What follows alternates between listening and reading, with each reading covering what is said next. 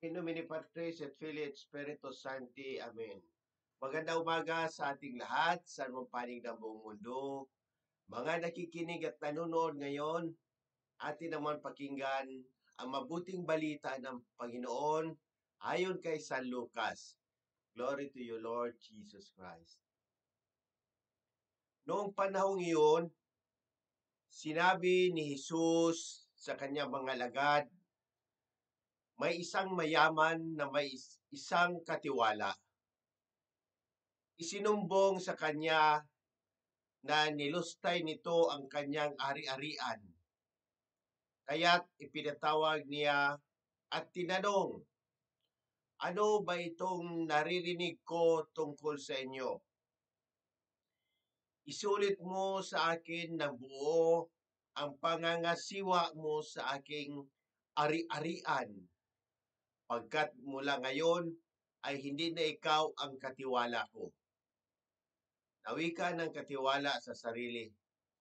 Aalisin na ako ng aking Panginoon sa pangangasiwa. Ano ang gagawin ko? Hindi ko kayang magbungkal ng lupa. Nahiya naman akong magpalimos. Alam ko na ang aking gagawin.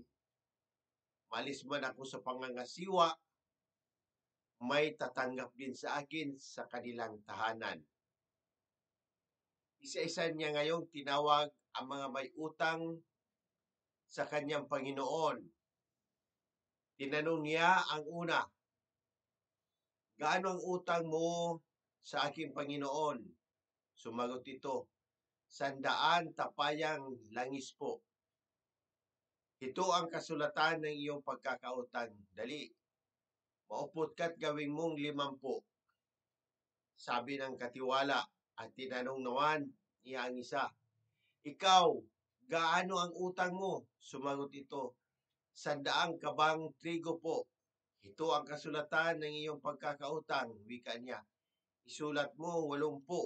Pinuri ng Panginoon ang magdarayang katiwala dahil sa katalinuhang pinamalas nito, sapagkat ang mga nakasalibutan ay mas mahusay gumawa ng paraan kaysa makadiyos. Ang mabuting balita ng Panginoon. Pagnilayan natin bilang mga Romano Katoliko at sa unang pagbasa sa Filipos,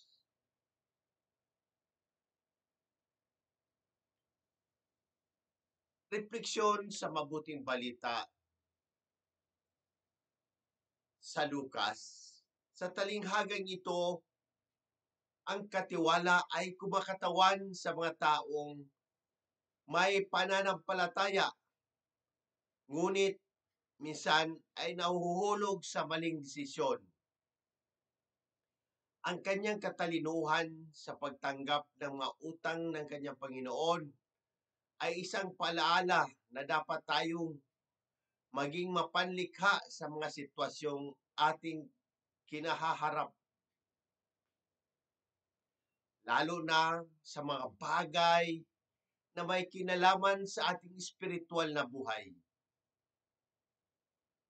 Makikita natin ang konteksto ng talinghaga sa ating panahon, kung saan may mga tao na ginagamit ang kanilang mga kakayahan at yaman hindi para sa kabutihan, kundi para sa pansariling interes.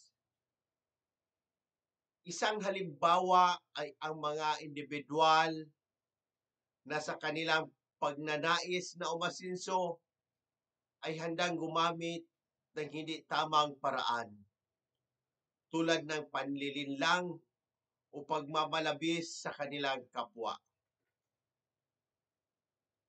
Sa unang pagbasa, inihikayat ni San Pablo ang mga taga-Filipos na maging halimbawa ng pananampalataya at makipag-ugnayan sa mga tunay na tagasunod ni Kristo.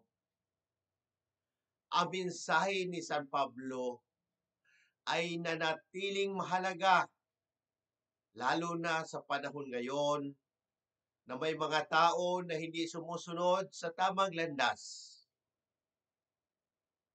Mga halimbawa at magandang gawain. Una, pagsusuri ng ating mga gawain. Tulad ng katiwala, dapat tayong maging mapanuri at tapat sa ating mga gawain. Lalo na sa mga pagkakataong may kinalaman sa ating pananampalataya.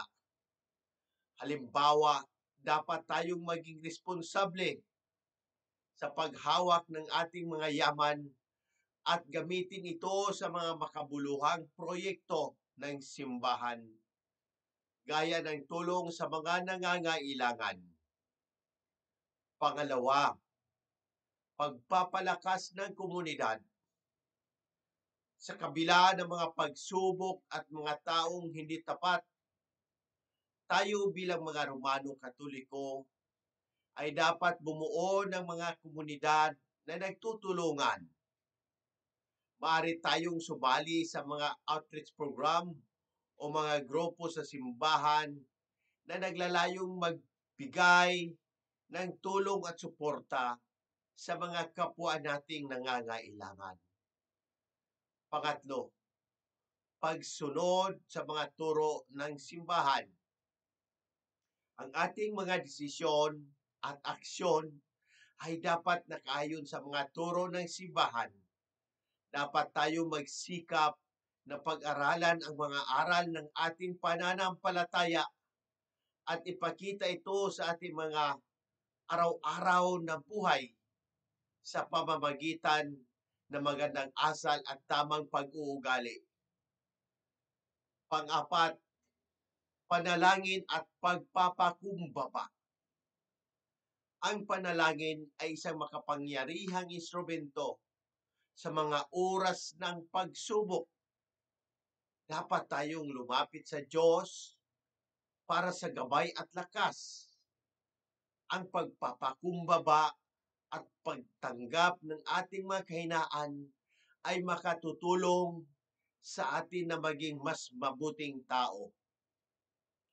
Sa ating pagninilay sa mabuting balita at unang pagbasa, naway maging inspirasyon ito sa atin upang mas lalo pa nating paunlarin ang ating sarili at ang ating komunidad. Sa mga hamon ng buhay, dapat tayong maging matalino at mapanuri alinsunod sa mga aral ng ating pananampalataya.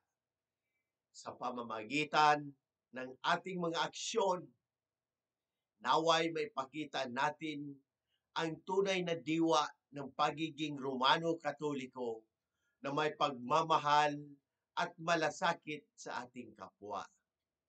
Sa muli, hinihikayat ko ang lahat, Katoliko man o hindi, na magtanong at pagnilayan ang mensahe ng Ebanghilyong ito.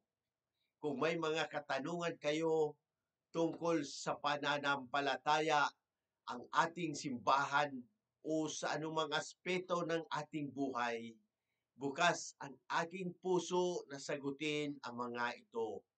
Sama-sama nating pagnilayan at pahalagahan ang habag at pag-ibig ng Diyos na pinapahayag ni Jesus sa Ebanghilyong ito. Sa pamamagitan ng ating mga gawain at salita, naway maging daluyan tayo ng habag at pagmamahal ng Diyos sa lahat ng tao. Amen.